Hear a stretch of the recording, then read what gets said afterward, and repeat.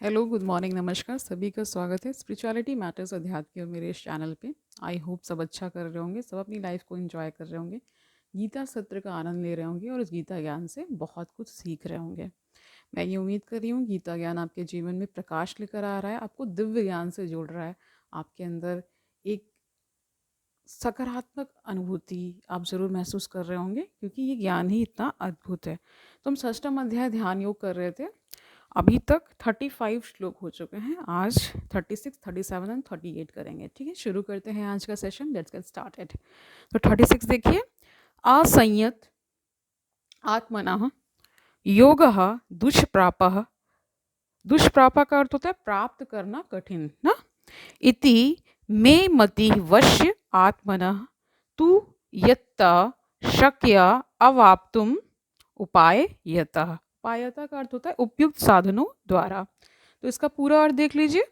जिसका मन उच्छृंखल है, मतलब कंट्रोल में नहीं है ना, उसकी बात की जा रही है। उसके लिए आत्म साक्षात्कार कठिन कार्य होता है, किंतु जिसका मन संयमित है और जो सच समुचित उपाय करता है उसकी सफलता ध्रुव है। ध्रुव यानी अटल ना। ऐसा मेरा मत है।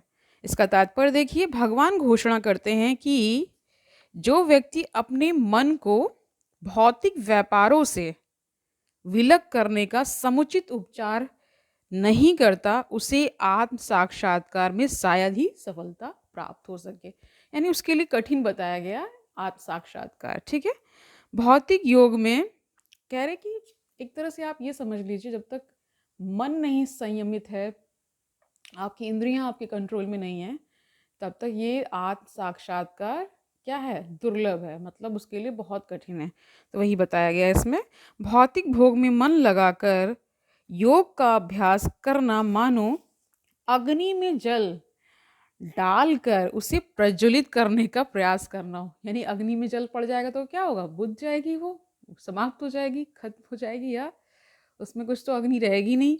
वही बता रहे हैं, जिस मतलब उसका अपोजिट बोल रहे हैं। मन का निग्रह किए बिना योगाभ्यास समय का अपव्यय है, यानी वेस्टेज ऑफ टाइम। ठीक है, योग का ऐसा प्रदर्शन प्रदर्शन भले ही भौतिक दृष्टि से लाभप्रद हो, किंतु जहाँ तक आत्म साक्षात्कार का प्रश्न है, यह सब व्यर्थ है। अतः मनुष्य को चाहिए कि भगवान की दिव्य प्रेमा भक्ति में निरंतर मन को लगाकर उसे वश में करे। कृष्ण भावनामृत में प्रवृत्त हुए बिना मन को स्थिर कर पाना असंभव है। कृष्ण भावना भावित व्यक्ति बिना किसी अतिरिक्त प्रयास के ही योगाभ्यास का फल सरलता से प्राप्त कर लेता है, किंतु योगाभ्यास करने वाले को कृष्ण भावना भावित हुए बिना सफलता नहीं मिल पाती। यानी कि योग का अभ्यास तो करना ही है, साथ में क्या करना है, कृष्ण का निरंतर चिंतन मनन, और क्या करना है, उनकी याद में पूरा, और जो भी आप कर्म कर रहे हैं उसको पूरा समर्पित करते हुए, किनको, भगवान को समर्पित करते हुए। जब आप ऐसा सब कुछ करेंगे उन्हीं को समर्पित करते हुए, तो आप क्या कहलाएंगे, कृष्ण भावना भावित जन कहलाएंगे। तो उनको सफलता सबसे जल्दी मिलती है, उनके लिए ये मार्ग और सरल हो जाता है। ठीक है, अब 37 देखिए, इसमें अर्जुन उवाच है, यानी अर्जुन कह रहे हैं, क्या कह रहे हैं देखिए। अर्जुन उवाच अयति श्रद्धया उपेतः योगात् चलति मानसः अप्राप्य योग संसिद्धिम। ठीक है, ये संसिद्धिम का अर्थ होता है योग की सर्वोसिद्धि को कहा गया है। ठीक है, काम गतिम कृष्ण गक्षति। इसका पूरा अर्थ देखिए। अर्जुन ने कहा, हे कृष्ण, उस सफल, कह रहे हैं कि उस असफल योगी की गति क्या है। यानी यहाँ पे पहले ही असफल बोल दिया है। उस असफल योगी की गति क्या है, जो प्रारंभ में श्रद्धापूर्वक आत्म साक्षात्कार की विधि ग्रहण करता है, किंतु बाद में भौतिकता के कारण उससे विचलित हो जाता है और योग सिद्धि को प्राप्त नहीं कर पाता। यानी अंततः क्या, असफलता ही हाथ लग रही है। तो उसका तात्पर्य देखिए, भगवत गीता में आत्म साक्षात्कार का योग मार्ग का वर्णन, यानी योग मार्ग का वर्णन किया गया है। और क्या बता रहे हैं आगे देखिए, आत्म साक्षात्कार मूलभूत नियम यह है कि जीवात्मा यह भौतिक शरीर नहीं है, यानी इस शरीर के बारे में इसको मिथ्या बताया गया है ना, अपितु इससे भिन्न है और उसका सुख शाश्वत जीवन आनंद तथा ज्ञान में निहित है। ठीक है, तो शाश्वत क्या है, ज्ञान को बता दिया है और आनंद को, यानी कि वो आनंद कैसे मिलने वाला है, भगवान की भक्ति करके। ठीक है, ये शरीर तथा मन दोनों से परे है। आत्म साक्षात्कार की खोज ज्ञान द्वारा की जाती है। तो क्या बता दिया कि ज्ञान ही इसका एक तरह से माध्यम बनता है उसको पाने का, आत्म साक्षात्कार का, यानी सेल्फ रियलाइजेशन जिसे कहते हैं, या अपनी स्वयं जो आप हैं, रियलिटी वाला, जो रियल वाला, ये शरीर वाला नहीं, वो जानने के लिए बोला गया है। तो क्या कह रहे, आप साक्षात्कार की खोज ज्ञान द्वारा की जाती है। इसके लिए अष्टांग विधि या भक्ति योग का अभ्यास करना होता है। इनमें से प्रत्येक विधि में जीव को अपनी स्वाभाविक स्थिति, भगवान से अपने संबंध तथा उन कार्यों की अनुभूति प्राप्त करनी होती है जिनके द्वारा वह टूटी हुई श्रृंखला को जोड़ सके और कृष्ण भावनामृत की सर्वोच्च सिद्ध अवस्था प्राप्त कर सके। यानी कृष्ण भावनामृत जो अवस्था है उसको क्या बताया गया, सर्वोच्च बताया गया है। ठीक है, इन तीनों विधियों में से किसी एक का भी पालन करके मनुष्य देर सवेर अपने चरम लक्ष्य को प्राप्त होता है। भगवान ने द्वितीय अध्याय में इस पर बल दिया है कि दिव्य मार्ग में थोड़े से प्रयास से भी मोक्ष की महती आशा है, यानी वहां पे मोक्ष की प्रोबेबिलिटी बढ़ जाती है। ठीक है, इन तीनों में, इसमें आप देखिए बता रहे हैं, इन तीनों में से इस युग के लिए भक्ति योग विशेष रूप से उपयुक्त है। यानी ये कलयुग का समय चल रहा है, तो यहाँ भक्ति यानी भगवान का भजन, उनका संकीर्तन, कीर्तन करने से, हरे राम हरे कृष्णा जपने से ही आपको क्या हो सकता है, आप इस भावसागर से पार हो सकते हैं। तो वही बताया गया कि भक्ति योग विशेष रूप से उपयुक्त है, क्योंकि ईश यानी भगवान के लिए बोला गया है, क्योंकि ईश साक्षात्कार की यह श्रेष्ठतम प्रत्यक्ष विधि है। अतः अर्जुन पुनः आश्वस्त होने की दृष्टि से भगवान कृष्ण से अपने पूर्व कथन की पुष्टि करने को कहता है ना। भले ही कोई, कह रहे हैं, भले ही कोई आत्म साक्षात्कार के मार्ग को निष्ठापूर्वक क्यों न स्वीकार करे, किंतु ज्ञान की अनुशीलन विधि तथा अष्टांग योग का अभ्यास इस युग के लिए सामान्यतया बहुत कठिन है। इसको कठिन बताया गया है।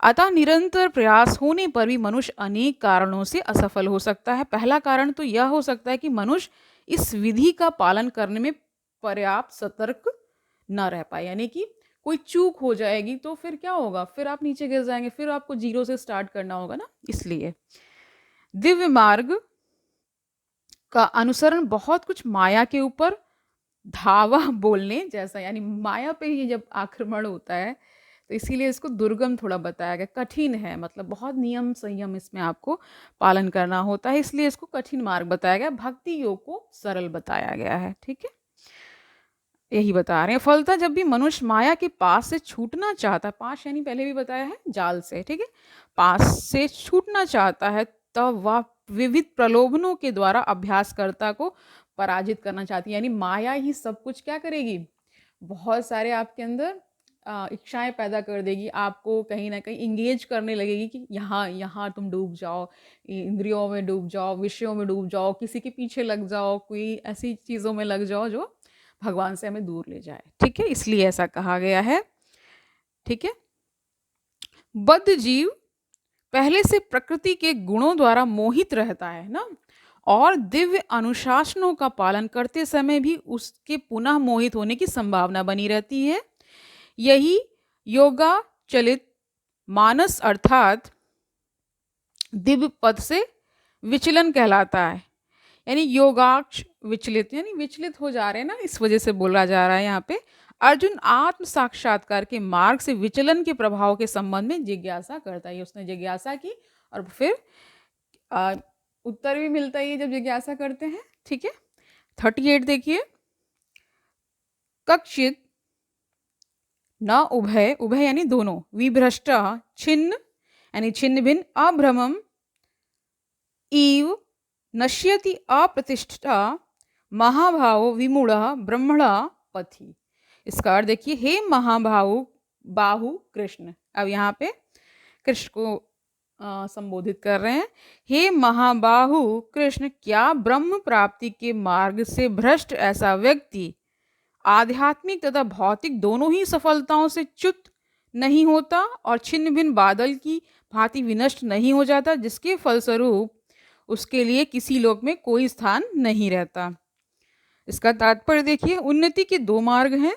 भौतिकवादी व्यक्तियों की आध्यात्म में कोई रुचि नहीं होती, अतः वे आर्थिक विकास द्वारा भौतिक प्रकृति प्रगति में अत्यंत बहुत रुचि रखते हैं। ऐसे लोग जिनको अध्यात्म में इंटरेस्ट नहीं है, तो वो भौतिक चीज़ों में ही पड़े रहते हैं और उसमें ही इंटरेस्ट दिखाते हैं, यही बता रहे हैं। या फिर समुचित कार्य द्वारा उच्चतर लोकों को प्राप्त करने में अधिक रुचि रखते हैं। यदि कोई अध्यात्म के मार्ग को चुनता है तो उसे सभी प्रकार के तथाकथित भौतिक सुख से विरक्त होना पड़ता है। यदि महत्वाकांक्षी ब्रह्मवादी असफल होता है तो वह दोनों ओर से जाता है। दूसरे शब्दों में, वह न तो भौतिक सुख भोग पाता है, न आध्यात्मिक सफलता ही प्राप्त कर सकता है। यानी जहाँ पे थोड़ा सा डाउटफुल है हर चीज़ के प्रति, सोच रहे हैं ये तो बड़ा सरल मार्ग है, कर लेंगे, लेकिन ऐसा है नहीं। ये मार्ग अपने आप में बहुत दुर्गम बताया गया, बहुत गिने चुने लोग इस ओर आते हैं, ऐसा बता रहे हैं। और जो उसमें भी देखिए, कहते हैं ना कि 100 में से 999 तो असफल होने हैं, ठीक है। 1000 लिया तो 999 हो गए, और 100 लिया तो 99 लोग असफल होते हैं, ठीक है। यानी 1% की बात की जा रही है, तो 1% में भी, उसमें भी और बहुत कम कर दीजिए, तो यहाँ पे एक तरह से गिने चुने लोग ही रहते हैं, ठीक है। ओके, समझ पा रहे हैं आप कि कितना कठिन मार्ग है। क्यों कठिन है? क्योंकि माया जो है वो बहुत प्रबल है, वो उसकी शक्तियाँ, या कह दीजिए कि इतना ज़्यादा जो व्यक्ति है इतना ज़्यादा इस यहाँ पे डूबा हुआ है ना, यहाँ के संसार के भोगों में डूबा हुआ है, किसी के पीछे पागल है, जो भी है चीज़ें हैं, इस वजह से इतनी ज़्यादा यहाँ पे सफलता की चांसेस थोड़े कम हो जाते हैं। लेकिन भक्ति अगर आप करते हैं तो भक्ति में इतनी शक्ति है कि भगवान मिलते हैं उसमें, ठीक है। यही महत्वाकांक्षी ब्रह्मवादी कह रहे हैं, यदि महत्वाकांक्षी ब्रह्मवादी असफल होता है तो वह दोनों ओर से जाता है, वही बात कह रहे हैं। दूसरे शब्दों में, वह ना तो भौतिक सुख भोग पाता है, न आध्यात्मिक सफलता ही प्राप्त कर सकता है। उसका कोई स्थान नहीं रहता, वह छिन्न भिन्न बादल के समान होता है। वह कभी कभी आकाश में एक बादल छोटे बादल खंड से विलग होकर एक बड़े खंड से जा मिलता है, किंतु यदि वह बड़े खंड से नहीं जुड़ पाता तो वायु उसे बहा ले जाती है और वह विराट आकाश में लुप्त हो जाता है। यानी फिर उनका पता ही नहीं चलता कहाँ चले गए, ना वो ठीक से संसार को जी पाते हैं, ना ही आध्यात्मिक जीवन को जी पाते हैं, वही बताया गया। तो ब्रह्मणा पथि यानी ब्रह्म साक्षात्कार का मार्ग है, जो अपने आप को परमेश्वर का अभिन्न अंश जान लेने पर प्राप्त होता है, और यह परमेश्वर ब्रह्म परमात्मा तथा भगवान रूप में प्रकट होता है। भगवान कृष्ण परम सत्य के पूर्ण प्राकट्य हैं, अतः जो इस परम पुरुष की शरण में जाता है वही सफल योगी है। ब्रह्म तथा परमात्मा साक्षात्कार के माध्यम से जीवन के इस लक्ष्य तक पहुंचने में अनेक जन्म लग जाते हैं, ठीक है। बहुना नाम जन्म नामांते, बहुत सारे जन्म लगने ही लगने हैं। अतः दिव्य साक्षात्कार का सर्वश्रेष्ठ मार्ग भक्ति योग या कृष्ण भावनामृत की प्रत्यक्ष विधि है, ठीक है। तो आज के लिए इतना ही रखते हैं।